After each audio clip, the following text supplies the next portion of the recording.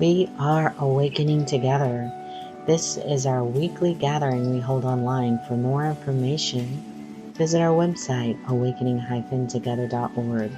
We'd love to see you there. Hi everyone, it's just good to see everybody. Trying to get everybody in view here. Just thank you for being here. It's been an interesting week for me, and just good to see everybody. I can see Shauna and Jacqueline. I guess we'll take this time to meet in the room and just greet each other on the board. Okay, statement of purpose for today is: we accept one true self, which is one presence or being, non-dual, without beginning or end, and absolutely changeless. We live this value by practicing letting go of the belief in the individual self as who we are.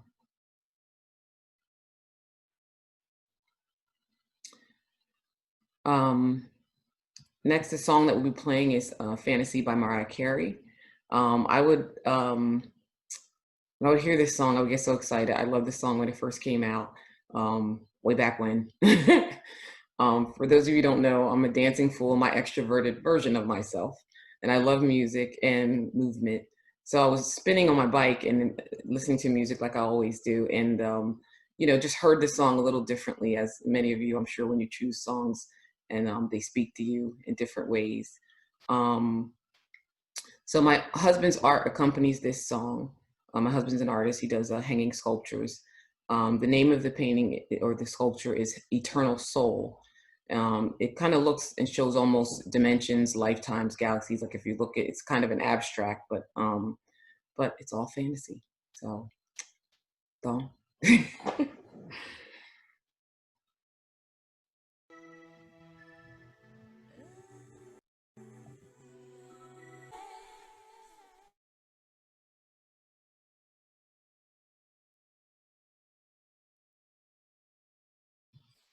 Okay.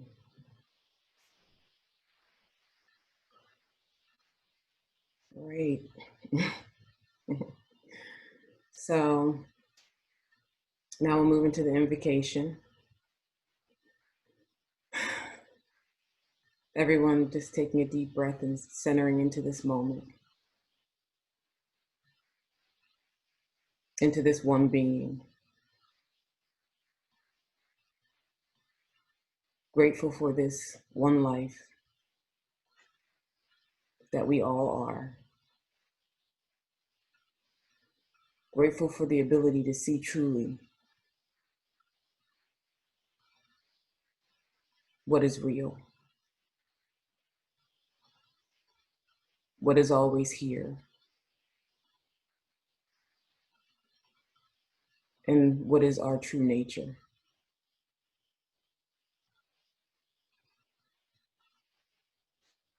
Knowing what needs to be shared today will be shared. What needs to come through will come through.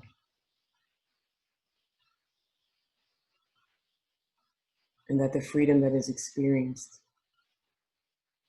in this moment is eternal. I say, and so it is.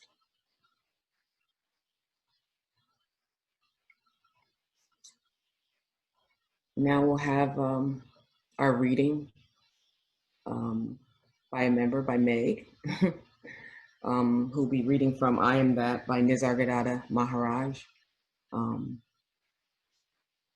chapter 12. Thank you, Meg. Hey, can you guys hear me okay now? Oh gosh, that's delightful to hear. All right, thanks. All right. Chapter 12 from Nisargadatta Maharaj, I Am That. So this is a question and answer, and the chapter is titled, The Person is Not Reality. Once you realize that the person is merely a shadow of the reality, but not reality itself, You cease to fret and worry. You agree to be guided from within, and life becomes a journey into the unknown. Questioner, kindly tell us how you realized. Maharaj, I met my guru when I was 34 and realized by 37. Questioner, what happened? What was the change? Maharaj, pleasure and pain lost their sway over me. I was free from desire and fear. I found myself full, needing nothing. I saw that in the ocean of pure awareness, on the surface of the universal consciousness, the numberless waves of the phenomenal worlds arise and subside beginninglessly and endlessly. As consciousness, they are all me. As events, they are all mine. There is a mysterious power that looks after them. That power is awareness, self, life, God, whatever name you give it. It is the foundation, the ultimate support of all that is, just like gold is the basis for all gold jewelry. And it is so intimately ours. Subtract the name and shape from the jewelry, and the gold becomes obvious. Be free of name and form, and of all the desires and fears they create. Then what remains? Questioner, nothingness? Maharaj, yes, the void remains. But the void is full to the brim. It is the eternal potential, just as consciousness is the eternal actual. Questioner, by potential, you mean the future? Maharaj, past, present, and future, they're all there, and infinitely more. Questioner, but since the void is void, it is of little use to us. Maharaj, how can you say so? Without a breach in continuity, how can there be rebirth? Can there be renewal without death? Even the darkness of sleep is refreshing and rejuvenating. Without death, we would have been bogged down forever in eternal senility. Questioner, is there no such thing as immortality? Maharaj, when life and death are seen as essential to each other, as two aspects of one being, that is immortality. To see the end in the beginning and the beginning in the end is the intimidation of eternity. Definitely, immortality is not continuity. Only the process of change continues. Nothing lasts. Questioner, awareness lasts? Maharaj, awareness is not of time. Time exists in consciousness only. Beyond consciousness, where are time and space? Questioner, within the field of your consciousness, there is also your body. Maharaj, of course, but the idea, my body, as different from other bodies, is not there. To me, it is a body, not my body. A mind, not my mind. The mind looks after the body all right. I need not interfere. What needs to be done is being done in the normal and natural way. You may not be quite conscious of your physiological functions, but when it comes to thoughts and feelings, desires and fears, you become acutely self-conscious. To me, these two are largely unconscious.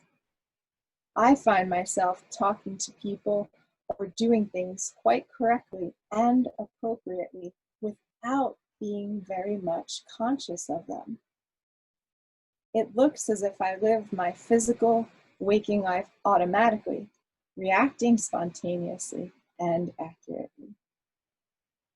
Questioner: does this spontaneous response come as a result of realization or by training?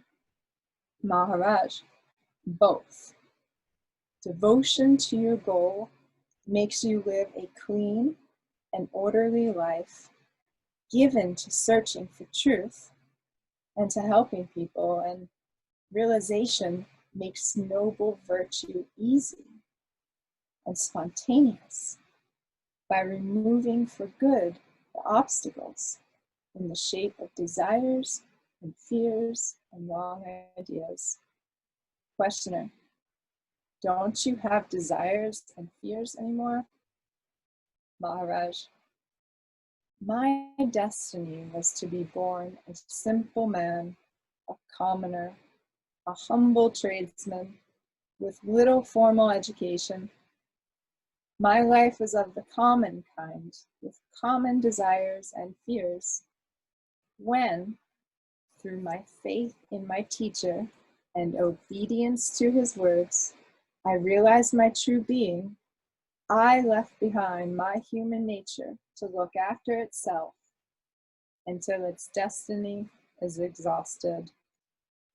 Occasionally, an old reaction, emotional or mental, happens in the mind, but it is at once noticed and discarded. After all, as long as one is burdened with a person, one is exposed to its idiosyncrasies and habits. Questioner: are you not afraid of death? Maharaj: I am dead already. Questioner: in what sense? Maharaj: I am double dead. Not only am I dead to my body, but to my mind as well.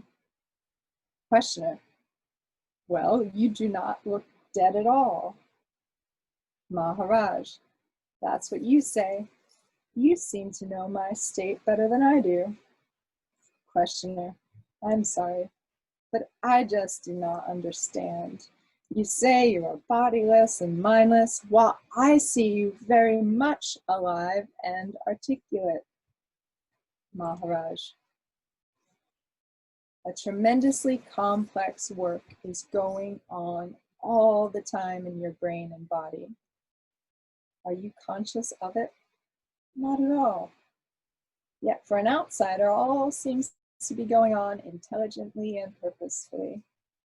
Why not admit that one's entire personal life may sink largely below the threshold of consciousness, and yet proceed sanely and smoothly?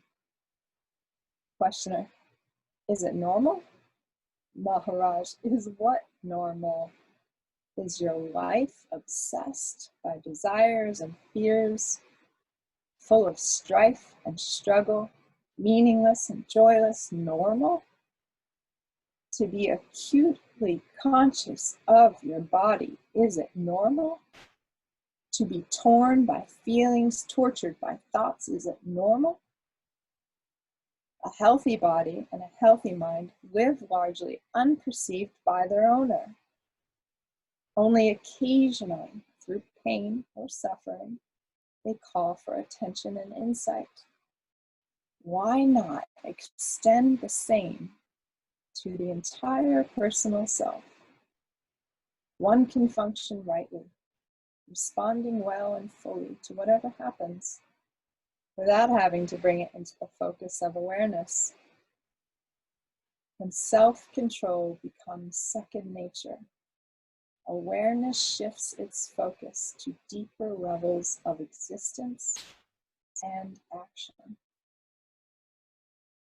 Question: don't you then become a robot? Maharaj: what harm is there in making automatic what is habitual and repetitive? It's automatic anyhow. But when it is also chaotic, it causes pain and suffering and calls for attention. The entire purpose of a clean and well-ordered life is to liberate man from the thrall of chaos and the burden of sorrow. Questioner: you seem to be in favor of a computerized life. Maharaj: what is wrong with a life that is free from problems? Personality is merely a reflection of the real. Why should not the reflection be true to the original as a matter of course, automatically? Need the person have any designs of its own? The life of which it is an expression will guide it. The life of which it is an expression will guide it. Once you realize that the person is merely a shadow of the reality, but not reality itself, you cease to fret and worry. You agree to be guided from within, and life becomes a journey into the unknown. Thanks for letting me read, Bev. I'm looking forward to it. Thank you, Meg. That was really beautiful.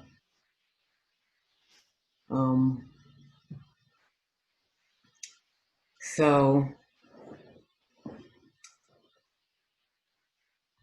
this was just an interesting homily for me, because I kind of started from music, then I went to Nisargadatta, and then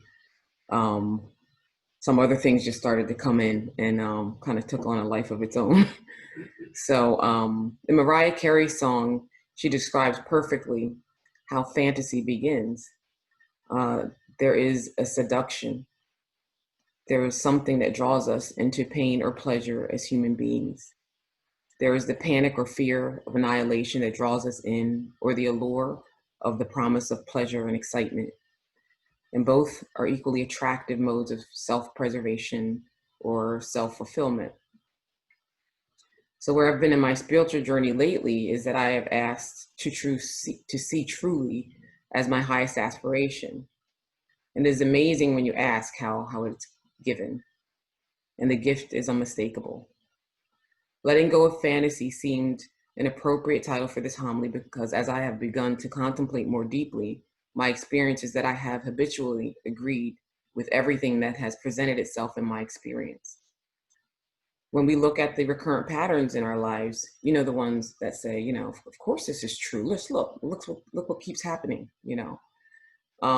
whether your belief is not being enough or not having enough or not being spiritual enough, there is some lacking that we feel that takes on this fantasy-like dream, showing us exactly what we believe. And the dream repeats itself in different ways. When I would think of the word fantasy, I would usually think of something positive.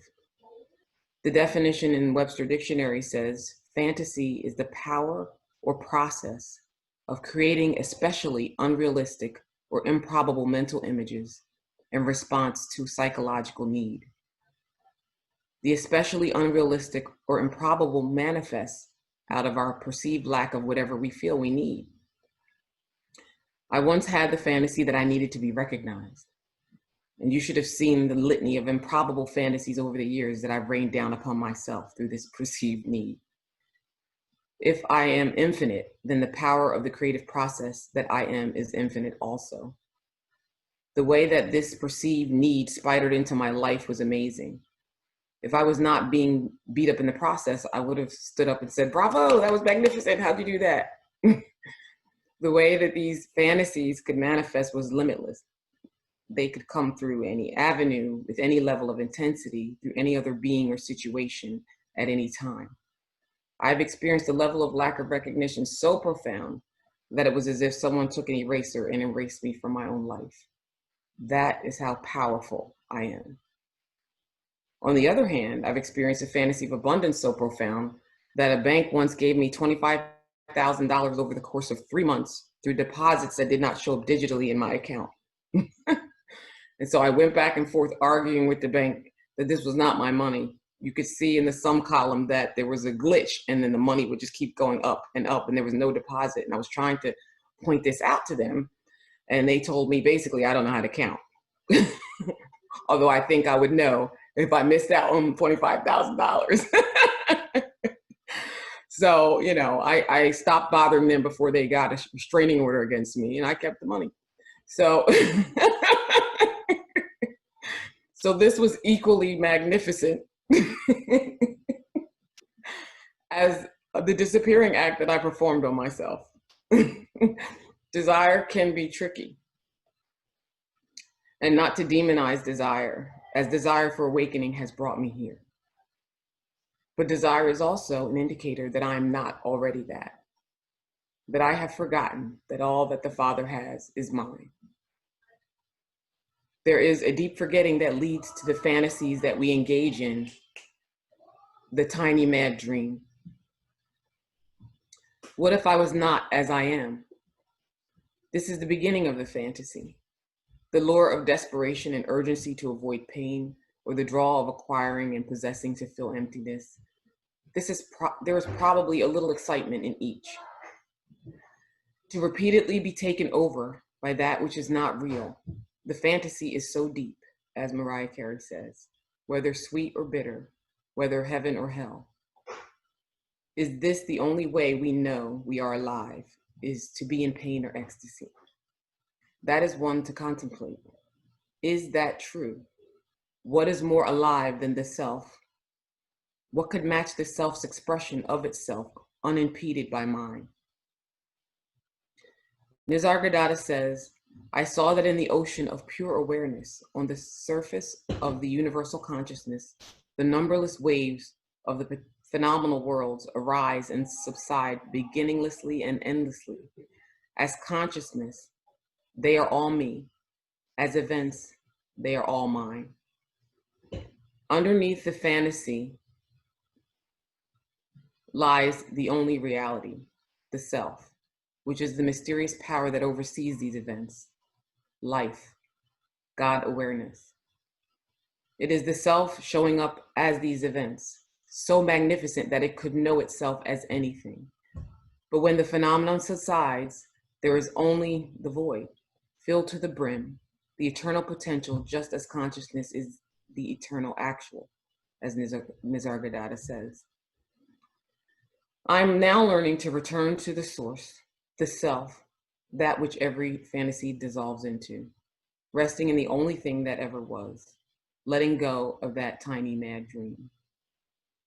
To see the end in the beginning and the beginning in the end is the intimation of eternity. There is only the self, no matter how we disguise it. It is all there is. How can we move higher than this game of hide and seek that we play with ourselves? I have been afraid to abandon the fantasy. It has not served me, but I have been afraid of the unknown. I thought I was controlling the outcome through these fantasies that I engage in, comfortable in my intermittent feeling of getting somewhere. I have become comfortable with this feeling of disorientation until I do not know which way is up and which way is down. There is sometimes a sense that I've lost my true north. My true north has become this fearful unknown, but letting go of what I know is how I know I am already there. Can we trust that we do not need to pilot the plane, that the plane has always been on autopilot, that perhaps we have only thought we were piloting the plane? Can we relax into the self and let our nature guide our path? Nisargadatta states that thoughts, feelings, desires, and fears are no different than the physiological functions of the body that do not require self-consciousness. These faculties of our beings can operate without us as well. If we could abide in the self, the body would continue to do what it does. In realizing our true being, we may leave our human nature to look after itself until its destiny is exhausted. We need not be burdened with the person and its fantasies when we can have the real thing. So one day, I was driving my car to a place that I go often. And it's not that I've never experienced myself in autopilot mode before, but it had been a while. And I noticed on 2 occasions where this happened, and I was startled. I was going on the highway, and I saw the ramp, and I must have come to from wherever I was and realized that I could either go straight or I could take the ramp. And I was so close to decision that the signs were behind me, so I didn't know what was going on. And all I thought was, the panic of where have I been for the past few miles, just going into complete panic. And I did not trust it. So I continued straight because I didn't know what ramp I was on, even though my body said, go on, get off this ramp. It was very, very clear that you need to get off on this ramp. So in my confusion, I prolonged my commute and took an unnecessary detour because I did not trust it. And then the second time, I was startled and came to the same exact point. Sign was behind me. I couldn't see what was going on. But this time, I trusted the intelligence that was moving me. And of course, it was the right decision. I was astounded at how my body knew what it was doing without me. What else can it do without me, I wondered. This mysterious power that looks over events is always there. When we learn about removing desires and fears, what I realize is that we are not doing the removing. Abiding in the self renders these tendencies unnecessary. There is this error of thinking that we are going to do something to cause our awakening. It is our resting in the self that allows our true nature to be seen. Human nature looks after itself as we abide in the self. We see emotional and mental experiences differently than we see bodily functions. What is going on under the radar of our consciousness, such as bodily functions and body chemistry, achieves perfect balance. Can we leave our humanness to itself as we abide in the self? It must right itself as we align with the self and decline any temptation to interfere with it beyond our day in and day out. This was a challenging concept for me. But as I challenge it, I am finding strangely that I am not running anything, much less my life. What needs to be done will be done. When terror strikes, inquiry brings me back to the self. Is it true that I need to be more than what I am right now? Is it true that I need anything? Is it true that I need to wake up? The biggest mind trip or fantasy is this need loop. The energy pull of this consciousness is so recognizable that it is now an automatic call to come home to the self. There used to be this saying in the Black community where someone would come to you with disturbing anxiety, infused urgency, telling you that you have to or you need to do something. And the response would be, I don't have to do nothing except stay Black and die. 2 conditions that are certainties. Everything else is optional. When I first heard this, I laughed so hard. There was humor in it, but also a defiance against the pathologic nature of this gotta culture that we live in. It is not a statement of limitation, but a refusal to be sucked into angst and despair. We have unfortunately applied this urgency to our perceived need for awakening. We need do nothing but remain the self. Nothing. What needs to be done will be done. It is the self that is immutable, constant, always present, infinite. It is the only certainty. The rest is just noise. How can we trust this? We can test it. When needed, if we are abiding in the self, then when attention or insight is needed, we are clean and empty enough to deliver it with precision and without suffering, and without the full attention of our awareness. What is automatic becomes chaotic when we are fully engaged in the drama, not trusting the self. Nisargadatta states that when self-control becomes second nature, awareness shifts its focus to deeper levels of existence and action. He also states that the entire purpose of a clean and well-ordered life is to liberate man from the thrall of chaos and the burden of sorrow. Some years ago, I came upon this book. It's called The User Illusion. It is a book that explores consciousness from a scientific perspective. It's by Nortranders, trying to say this name, Tor Nortranders is the author. It's The User Illusion, Cutting Consciousness Down to Size. I became fascinated with some years ago. It's a scientific read on the nature of consciousness. The user illusion originally refers to computers and how we interact with the interface and not the vast world behind the icons that we're clicking. We are dealing with the interface and not the reality of what is actually happening. So this book is science, basically science's attempt to explore what consciousness is. But it too supports the fact that we are not needed for all the things that we think we need to live this life. The premise is that we consciously process only 16 of the 11 million bits of information our senses pass on to our brain. In other words, the conscious part receives much less information than the unconscious part. It suggests that we should trust our hunches and pursue our intuitions because they are closer to reality than the perceived reality of consciousness. There's this one chapter called The Half-Second Delay. An EEG, an electroencephalogram that measures brain waves, was used for the experiment.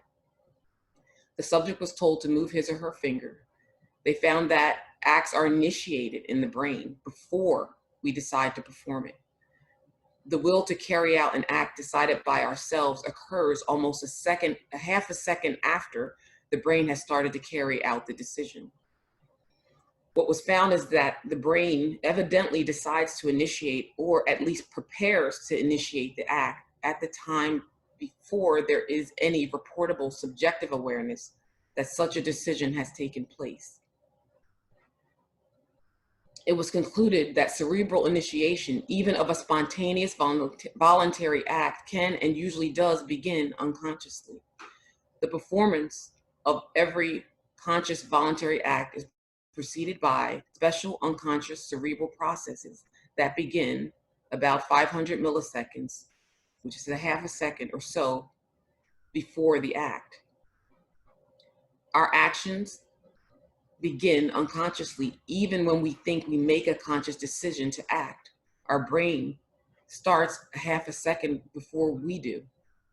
So our consciousness is not the initiator. Unconscious processes are. It tells us that we can decide on what we do, in other words, free will. Yet it is apparently, the book says, a mere ripple on the surface, a little tin god pretending to be in charge of things beyond its control. Our consciousness claims that it makes the decisions, that it is the cause of what we do, but our consciousness is not even there when the decision is made. It lags behind, but it does not tell us that. It dupes itself. But how can my consciousness, the book says, dupe itself without duping me? Is the self-duplicity of consciousness not my own self-duplicity? Another study was done where there was a pinprick to the skin. When looking at the response, what was found was that it may take a half a second of activity in the sensory cortex before consciousness occurs.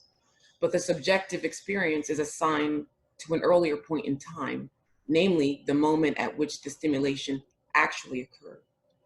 Consciousness lags behind, but our subjective perception does not lag. So consciousness, it says, sort of cooks the temporal books, so to speak. It only wants to know what it needs to know to make the decision, like whether one's skin has been touched. Enormous quantities of information are discarded, and consciousness occurs when we have discarded all of the information that we do not need, which takes half a second. While consciousness is sorting, it would seem that the decision has already been made. Speaking of free will, it was discovered in another study that consciousness does seem to have a 0.2-second window to veto an act before it is carried out. Although consciousness may occur after the brain has already gone into action, consciousness does occur just before the action. So though consciousness could not initiate an action, it could decide that it should not be carried out. So consciousness pretends that the simulation of the world it experiences is the actual sensation of the world. That what people consciously experience is what they sense, and that what they sense is the world itself. Nisargadatta states, what is wrong with a life that is free from problems? Personality is merely reflection of the real. Why should not the reflection be true to the original as a matter of course, automatically? Need the person have any designs of its own? The life of which is an expression, will guide it. Once you realize that the person is merely a shadow of the reality, but not the reality itself, you cease to fret and worry. You agree to be guided from within, and life becomes a journey into the unknown.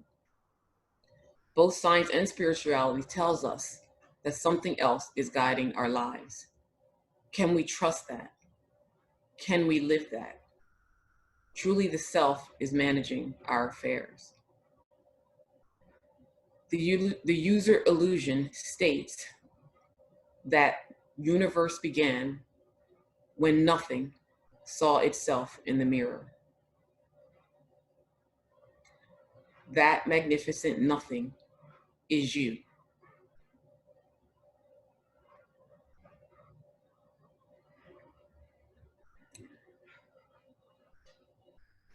So this, we'll move on to contemplation.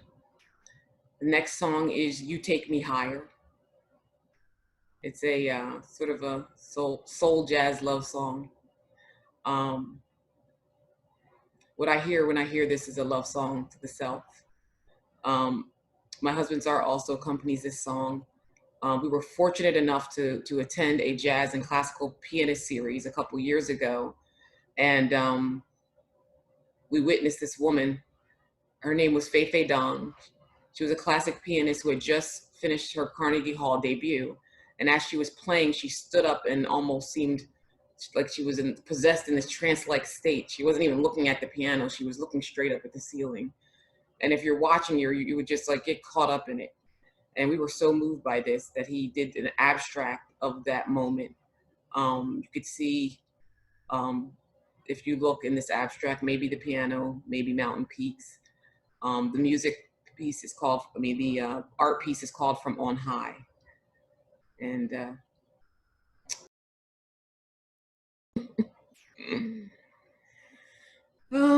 thank you, everyone. Awakening Together is supported by our love and our donations to continue to take us higher.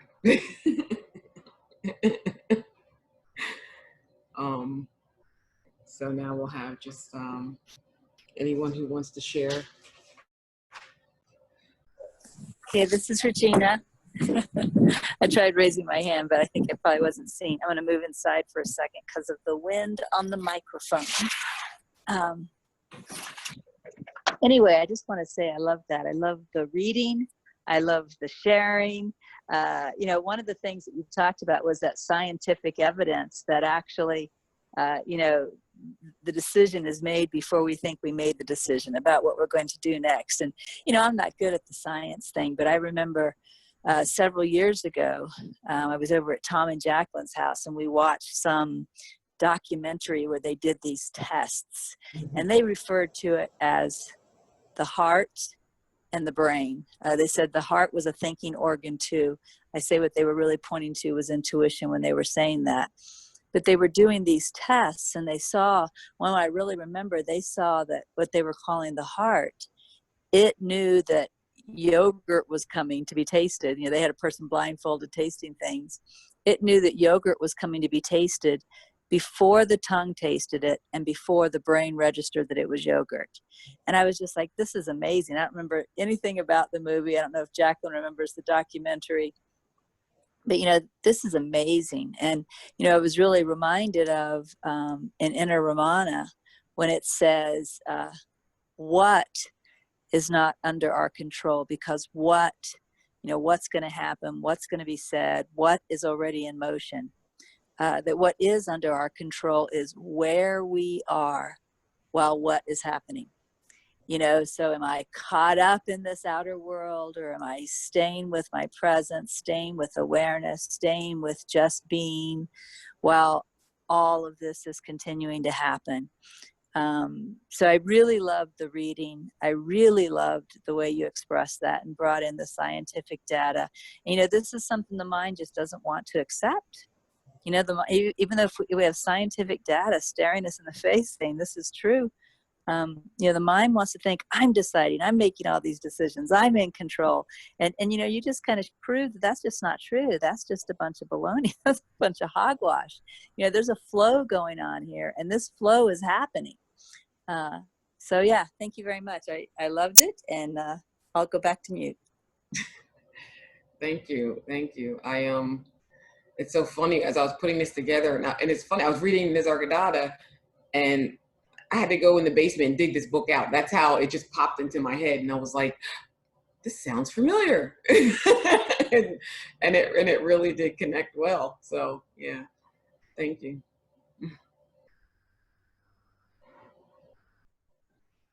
Thank you so much for your message this morning. Just always just a phenomenal reminder. I love that.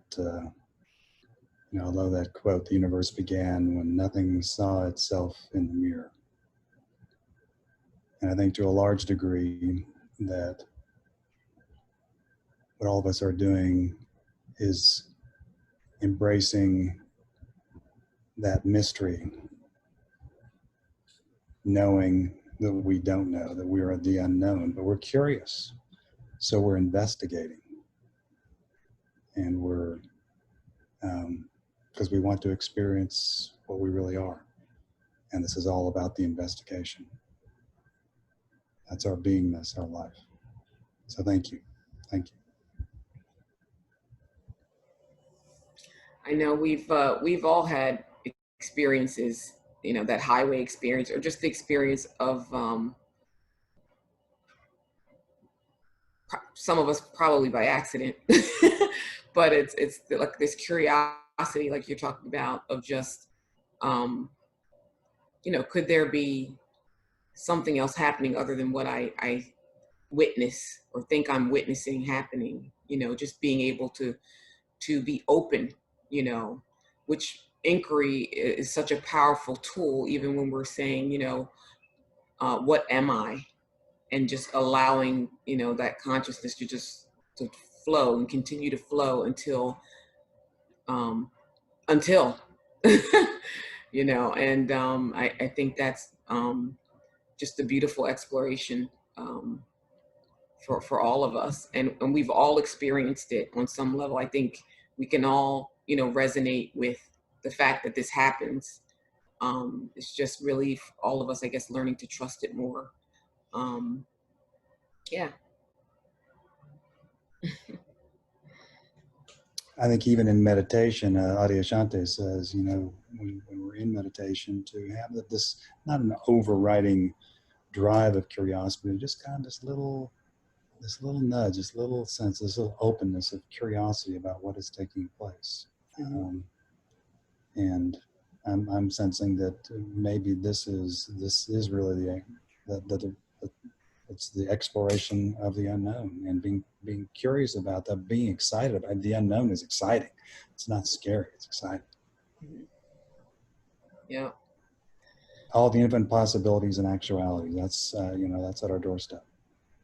Yeah. Thank you. And I was actually, with the user illusion, I never, before I read this book, heard that term before. And how we, when we're interacting with computers, we want the least of information. I just want to push a button and I want things to happen. That's how most of us like our computers to be.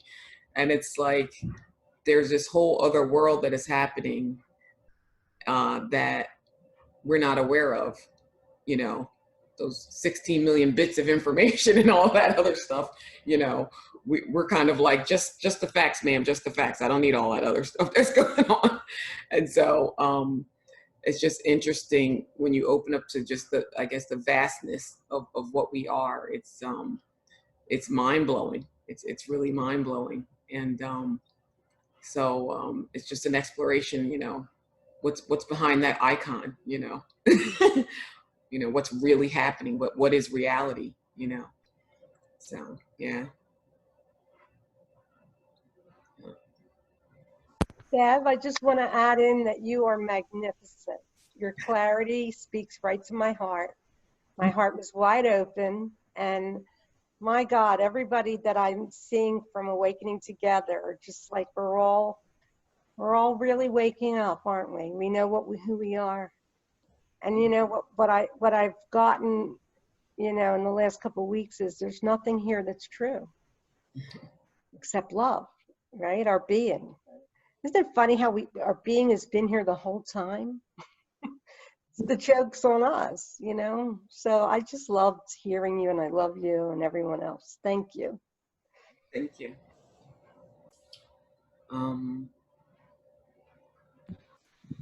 Hey, I'll take the mic if you can hear me. Yeah. That'd be awesome.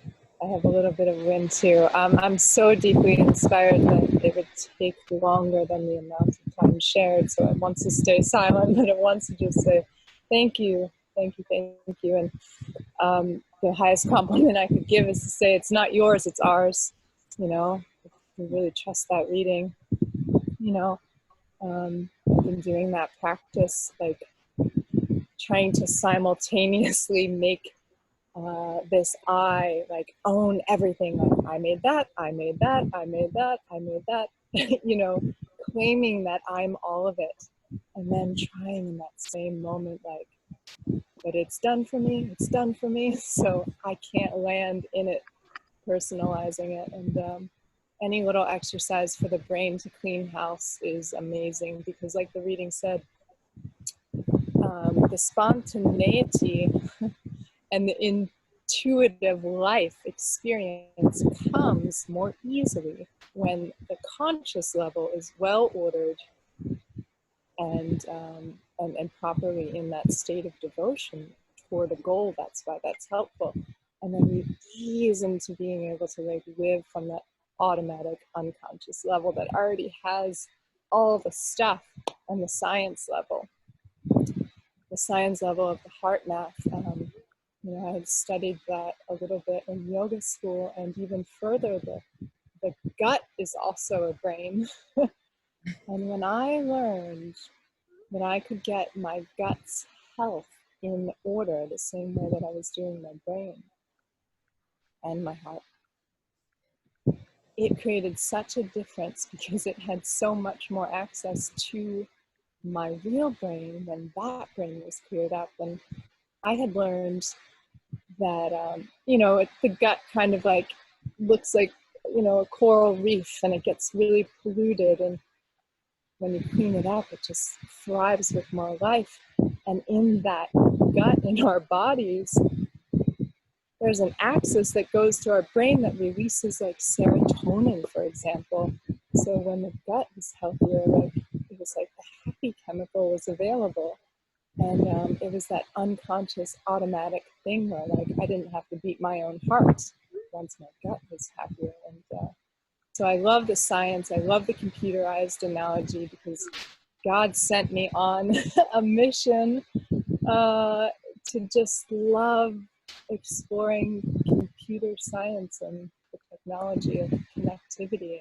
And goodness gracious, if it isn't just a representation of everything and nothing, you know, how we're trying to do this with our minds, like everything is like that constant reflection. You know, computers are only imitating the same darn thing, and it's amazing. We were here the whole time. And it's fun to feel those moments and share them in a group like this. To sit here as a family with all of you, and to really penetrate this morning with that reading, I couldn't be more grateful. So thanks for letting me share, and Thanks for this amazing space, Bev. Dropping the mic. Thank you. Thank you for that sharing and your beautiful reading. Thank you.